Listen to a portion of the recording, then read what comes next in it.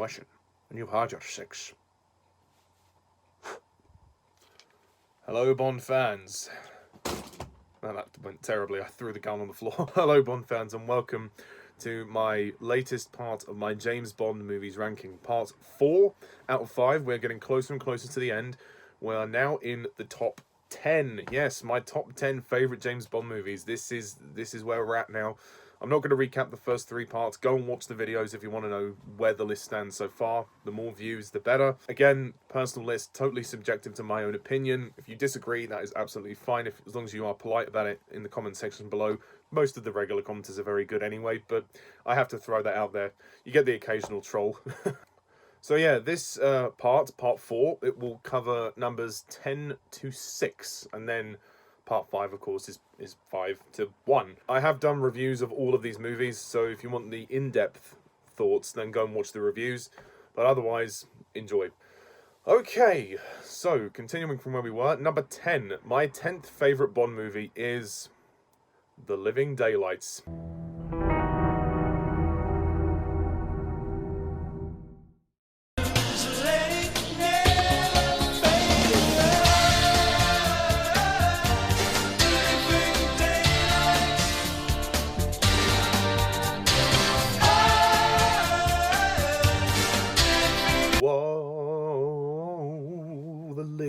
Daylights. Yes, Timothy Dalton's first and, in my opinion, by far his best Bond movie. I mean, The Living Daylights is a movie that's kind of grown on me over the years. I mean, I always thought it was good. I just thought, like, the first time I saw it, I didn't quite understand the plot, but I think over years of watching it several times, it's really, really grown on me. I really like it. Maybe it's the fact that Timothy Dalton is a more harder-edged Bond, and there is a slightly more serious tone to it than some of the Roger Moore films. I just really enjoyed the story. I think it's sort of like again, reminiscent of From Russia with Love. It's like a sort of Cold War thriller, and it's kind of, you know, it brings a refreshing tone to the franchise, especially in the decade of cheese that was the 80s. Maybe the fact that The Living Daylights and License to Kill were released in the late 80s, maybe that was a problem. Maybe people were still into this kind of cheesy era with the 80s, and maybe they weren't ready for gritty Bond. I mean, then again, I wouldn't call this film particularly gritty. I mean, certainly License to Kill is more gritty, but The Living Daylights I've always thought was a really great thriller, and it tells its story pretty competently well. It is a complex plot. You have to sort of pay attention to keep up with it, but Timothy Dalton is great as James Bond, and for me, this film features his best moment as James Bond, where he interrogates Pushkin.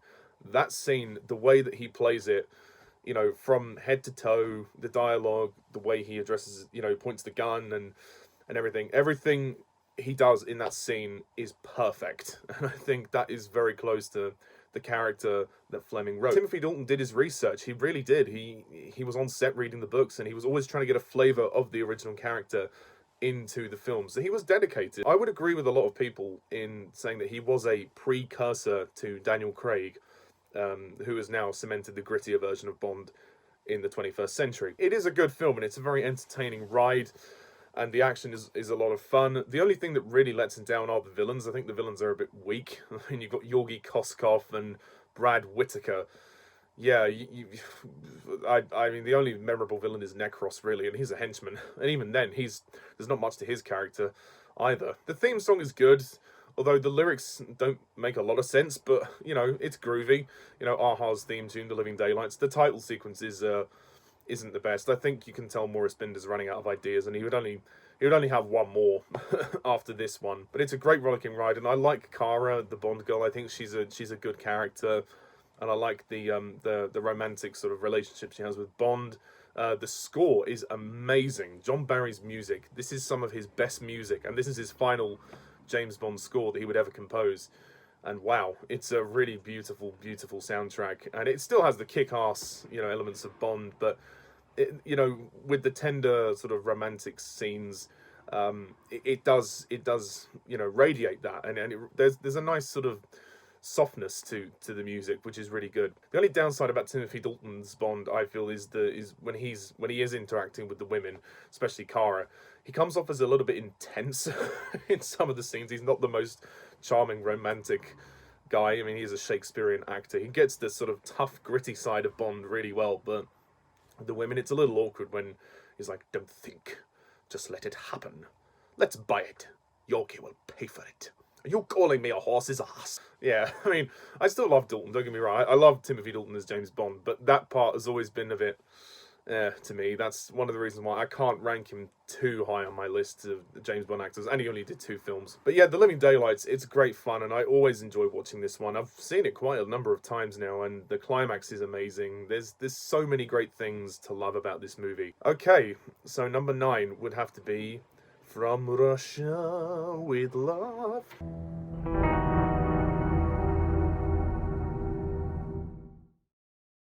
From Russia with love, I fly to you, much wiser since my... From Russia with Love. Yeah, Sean Connery's second outing as James Bond, and the second outing overall. It's a very good 9 out of 10. I didn't give it a 10 purely because that title sequence, you can't see any of the text. It's a real shame, or you can see very little of it.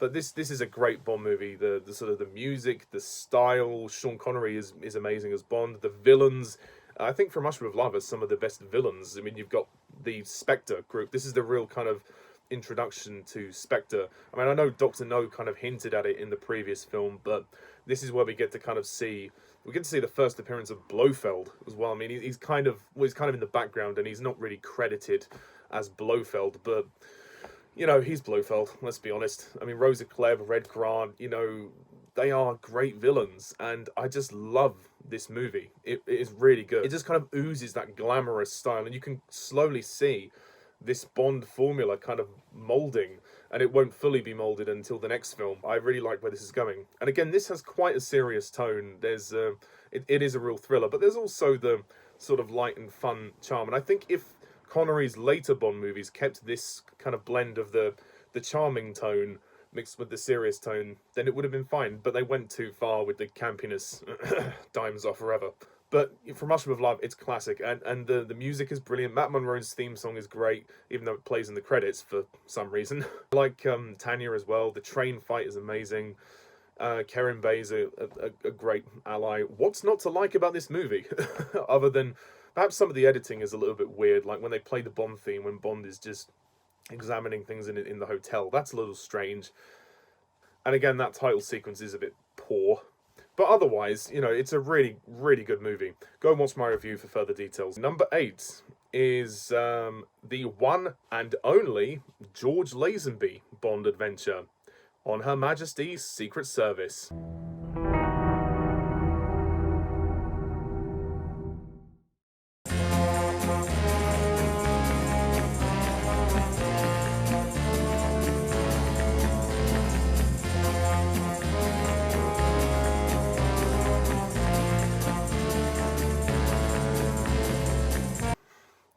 Yes, I love On Her Majesty's Secret Service. I think this is a terrific Bond movie. It's absolutely terrific.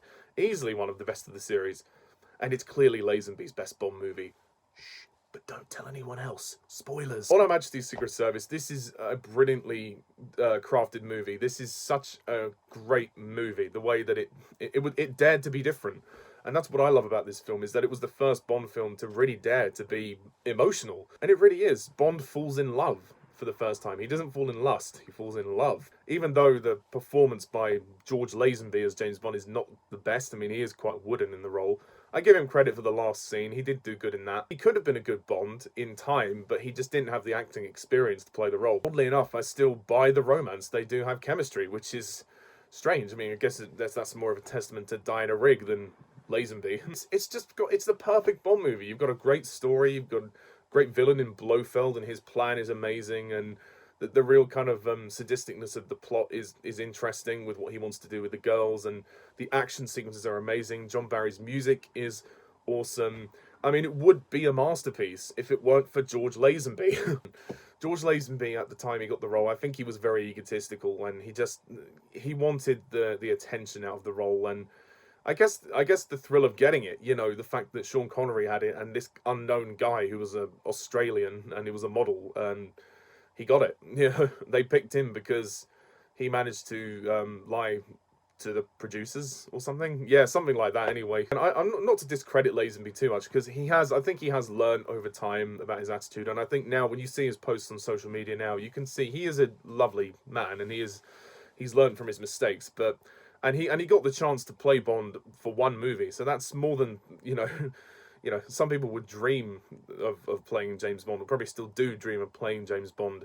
So he was lucky to do it even just once. It is quite long. There are a couple of baggy sections, and the Sir Hilary stuff is a little bit cringy. But other than that, it's near enough a perfect movie. I love Irma Bunt as a henchman. The set of Pitt's Glory is amazing. The final battle is just simply brilliant. But the emotional weight to this film is incredible. And Tracy, Diana Rigg, what can I say? She's one of the best Bond girls, if not the best. And that ending is incredibly tragic, and yeah, the music, oh god, I love it so much, and the Louis Armstrong's "We have all time in the world." Yeah, it is a beautiful film. It really is, and I mean, if you can get past George Lazenby, then you can really enjoy it. But it is one of the longer films, but I think it benefits from it. So, number 7.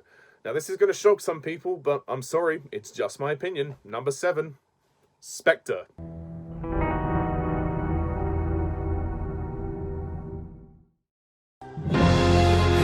I risk it all, could you break my fall? How do I live? Yes, I put Spectre over On Her Majesty's Secret Service. Sue me. Yeah, I really like Spectre. I don't understand the hate for this movie. I really don't. I can understand people having a few issues with the movie.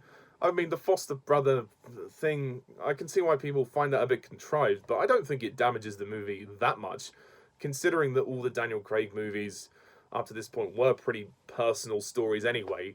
And this movie was making a point to connect all the movies up to that point, and everything was going to be interlinked. So, and they needed to find some kind of motivation for Blofeld to get revenge on Bond. And, I personally thought Spectre was a great reintroduction of the organization, Spectre, and Blofeld into the series. And I think the modern plot about global surveillance is really, really good. And it's a really interesting story because it says something about the world we live in today. Is it as good as Skyfall? No. Is it as good as Casino Royale? No.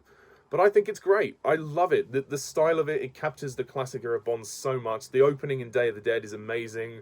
Cinematography is beautiful. I just think it's, again, like Skyfall, it's a great blend of old and new. And I mean, I suppose it's similar in that vein, but I think it's similar, but it's different. They are two very different films, but I think the sort of the themes and the ideas are very similar because Spectre is a continuation from Skyfall, and Craig is great. Craig is probably at his funniest here. A lot of the jokes in this film I laughed at more than I've laughed in some comedies, and that's the truth. Especially the part when he says, "Do me a favor, will you throw that down the toilet? Cut out the middle man." Just great. And he tells the guard to, "Nope, stay." And the introduction of Madeline is good. I mean, I would have said that they probably do rush the love story a little bit. That might be one of my only minor complaints, but they've got no time to die now to kind of, add more to their relationship, which I think makes up for this. And, I mean, Monica Bellucci's not in it that much, but, I guess she's there for the amount that the story requires her to be there. And I personally like Christoph Waltz as Blofeld. I don't know if he's the best Blofeld. I mean, I'll have to do a Blofeld rankings to see where he stands. I mean, he's been in 2 films now, but I liked him in this film. Okay, he's not in it as much as you would have thought, but they're building up to him, and when he does appear, I think he does some really great things, and I like the kind of sinister vibes that he displays with Craig, and the fact that he doesn't always raise his voice. He's very calm and collected, and then he's a little bit insane. I mean, when he says, "Thank you, cuckoo, cuckoo."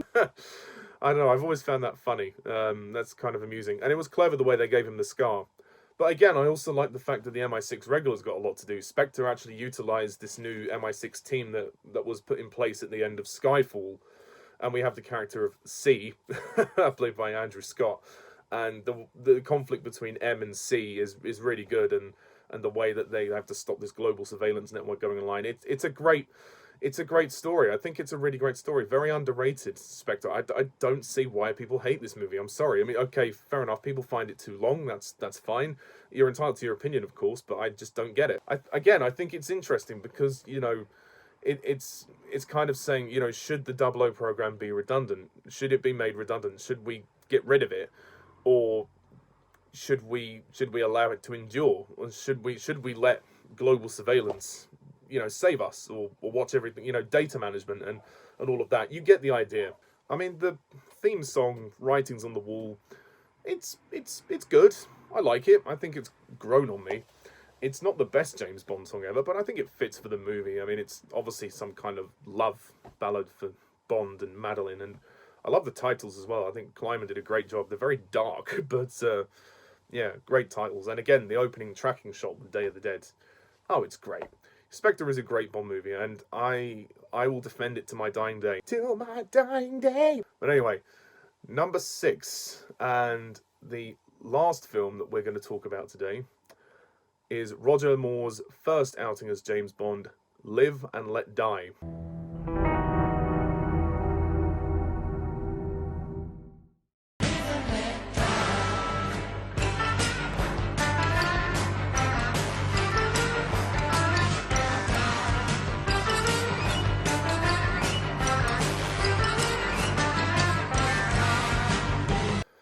Live and Let Die. Dun, dun. Live and Let Die is great. I love Live and Let Die. I think it's a very unique Bond movie, one of the most individual films of the series.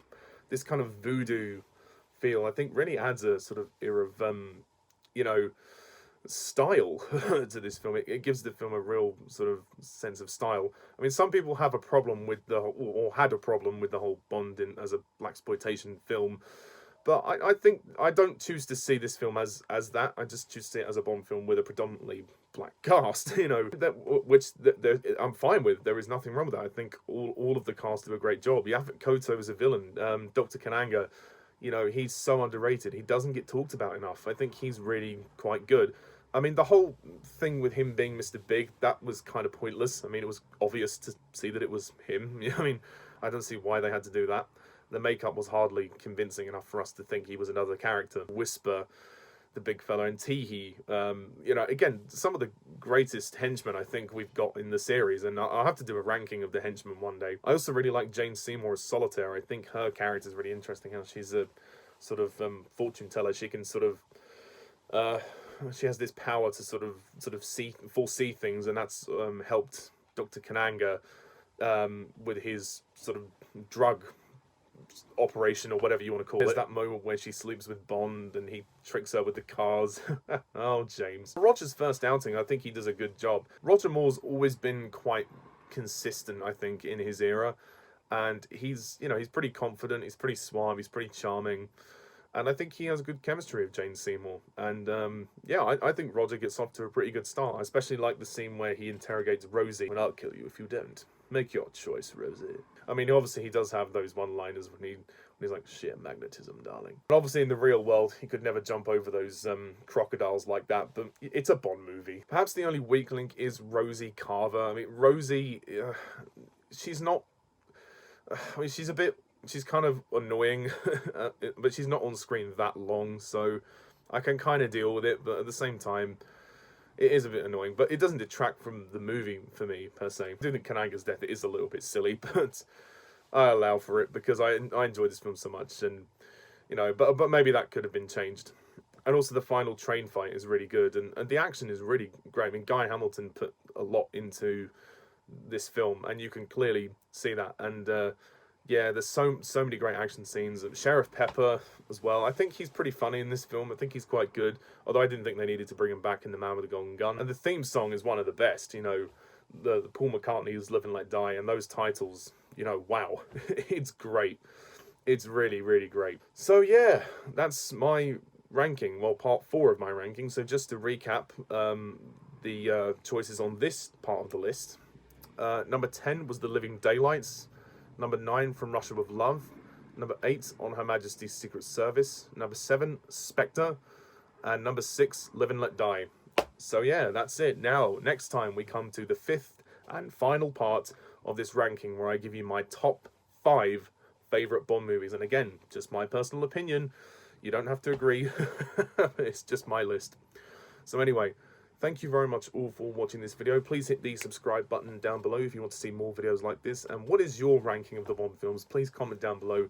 Let me know, and stay tuned soon when I rank the remainder of the Bond franchise. And until then, I'm Mr. TARDIS11. Thank you for watching. See ya. Bye for now.